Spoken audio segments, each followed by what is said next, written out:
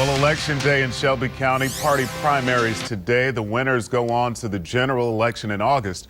Early voting turnout has been low despite some heated contest.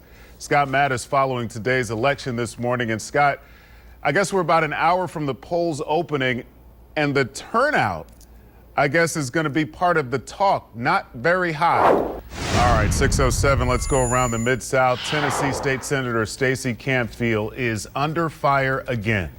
The Knoxville Republican taking heat for comparing the Affordable Care Act, Obamacare, to the forced deportation of Jews during the Holocaust. Here's a quote from his blog, and there's his picture. Democrats bragging about the number of mandatory signups for Obamacare is like Germans bragging about the number of mandatory signups for train rides for Jews in the 1940s. Campfield's statement bringing swift responses from leaders across the state, including his own party chair, who said the statement was, quote, ignorant and repugnant. I didn't see it. Like a great one just to, knock around in the afternoons, Good for him, and good for all the golfers who came out and support the effort yesterday. It was a great day for golf. Yeah, it really was. All right, 9:10, check that. It's 6:10. Whoa, I'm way ahead of myself. I know, right? Wishful thinking. 10 minutes after 6 o'clock and after the break, a clerical error kept him out of prison for 13 years, but a release order ended up sending him to jail. We've got an update on this crazy situation. A pilot walks away after his plane crashes into a house. This happened in Colorado Monday. Investigators say that single-engine plane carrying a banner having mechanical problems. The pilot tried to land the plane in a field but ended up crashing into that home, and there it is. Oh my heavens. Look at that. Oh my goodness. He walks away from this crash causing fire to both the plane and the home. No one at home at the time of the crash, thank goodness. So the pilot is fine. He walks away from it, and they just took him to the hospital for precaution. Like, we just got to make sure you're okay. Maybe you don't have a concussion or anything. Yeah. How about this story? A convicted robber who was never sent to prison until a clerical mistake was discovered last year is now a free man again. Cornelius Mike Anderson walking out of a Missouri courthouse Monday, a free man. In 2000, he was sentenced to 13 years in prison for his role in a robbery. But due to some clerical errors, he never made it to prison. Since his conviction, the 37-year-old started his own business, he married, and he had some children. Most importantly, he stayed away from trouble. Fast forward the clock 13 years, the Missouri Department of Correction realizing the mistake, and in July, he was taken away in handcuffs.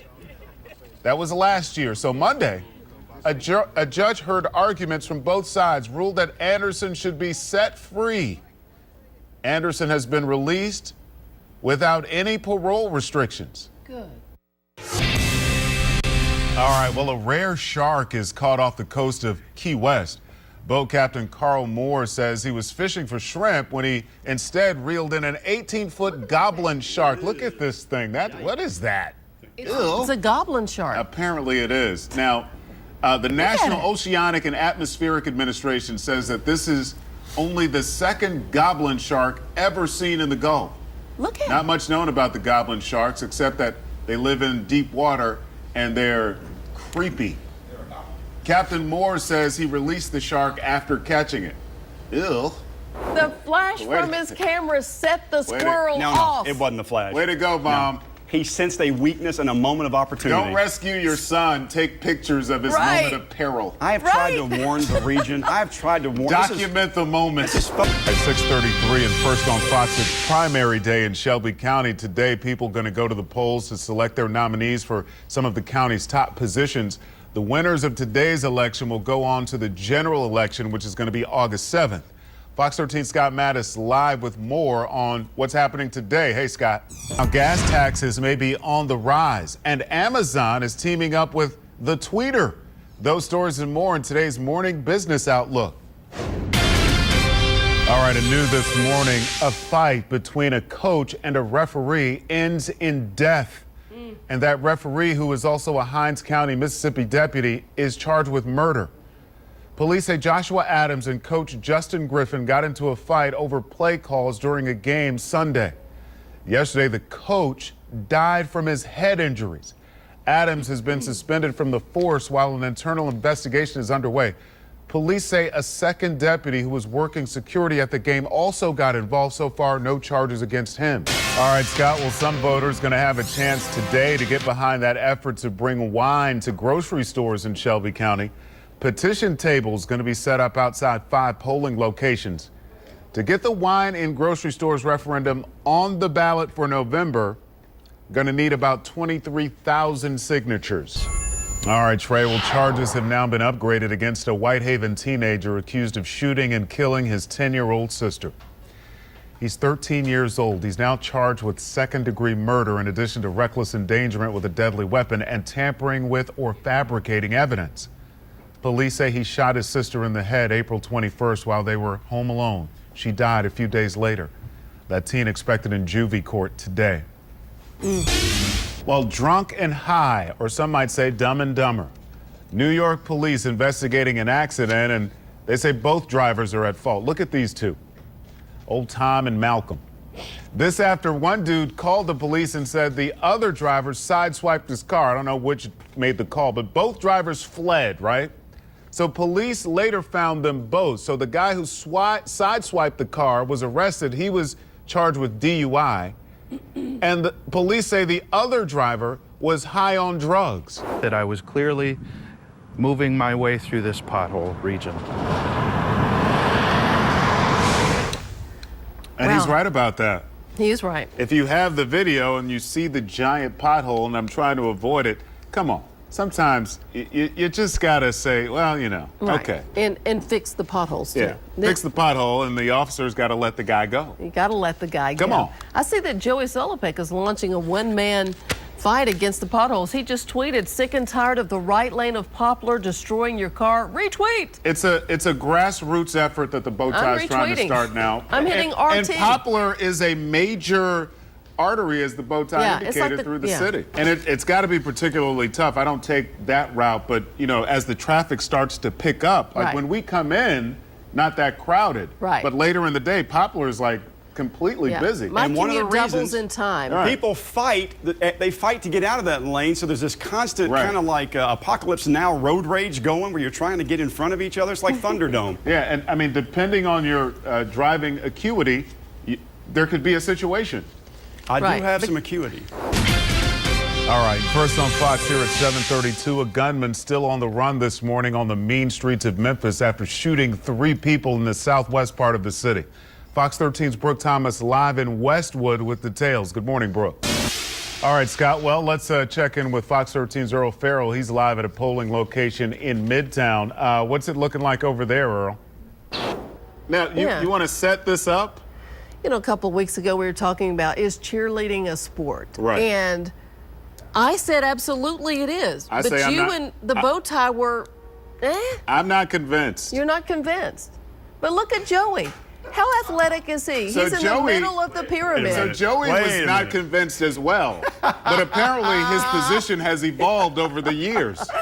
Because right here in the middle of this pyramid, The striped shirt, Wow. yeah, is that with a big smile, is Joey. none Now- other than Wow. the bow tie, Sans bow tie. Is this Wow. high school or middle school? Oh, look how cute he is. What is going on here? That's 8th grade. Eighth You were grade. Raleigh, Egypt, is Raleigh, that when? Egypt. That's So right. apparently your position has evolved over the years, There bow we tie, go. because There's- clearly in the 7th grade you were all about the Look, cheerleading. you're right in the middle Is of an the athletic pyramid. endeavor. I was a pillar of the community and that Without pyramid. you, this whole thing does not work. I want to know. I want to know who sent this in. That doesn't matter. It does matter. It does I'm not not matter. saying any names. Bambi. I'm Wow. not saying any names, Bambi. That's Bowtie, can I just say something right now? All right, baby. Yeah. Your boy, Uncle Ern, had nothing to do. Nothing to There do. will be repercussions. Nothing to do. There will be repercussions. Joey, you were in the middle of the pyramid. What would happen The if whole you thing fell? comes tumbling down if the bow tie is not there. All right, world news now. The Vatican is getting grilled by the United Nations for the 2nd time this year. It's about the sex abuse scandal in the Catholic Church. Representatives testified in Geneva Monday before the UN's Committee Against Torture. Earlier this year, the committee issued a report accusing the church of being more concerned with protecting its reputation than it was with looking after children. But the Vatican's UN ambassador is rejecting those accusations, saying the Vatican is taking action against abuse. We're taking a look across America now. Police in Hartford, Connecticut, investigating graffiti at a playground dedicated to one of the Newtown victims. The memorial playground opened a little more than a month ago. And according to the victim's mother, someone tagged the sign. But she says her feelings changed from anger to joy once she heard the words spray painted were "Peace to Sandy Hook." The graffiti is all cleaned up now. The victim's mother says more positive graffiti is welcomed on a separate special board set up just for that purpose. Well, a pilot was able to walk away after his plane crashed into a home. This happened in Colorado Monday. Look at this video. Investigators say that single-engine plane had mechanical problems.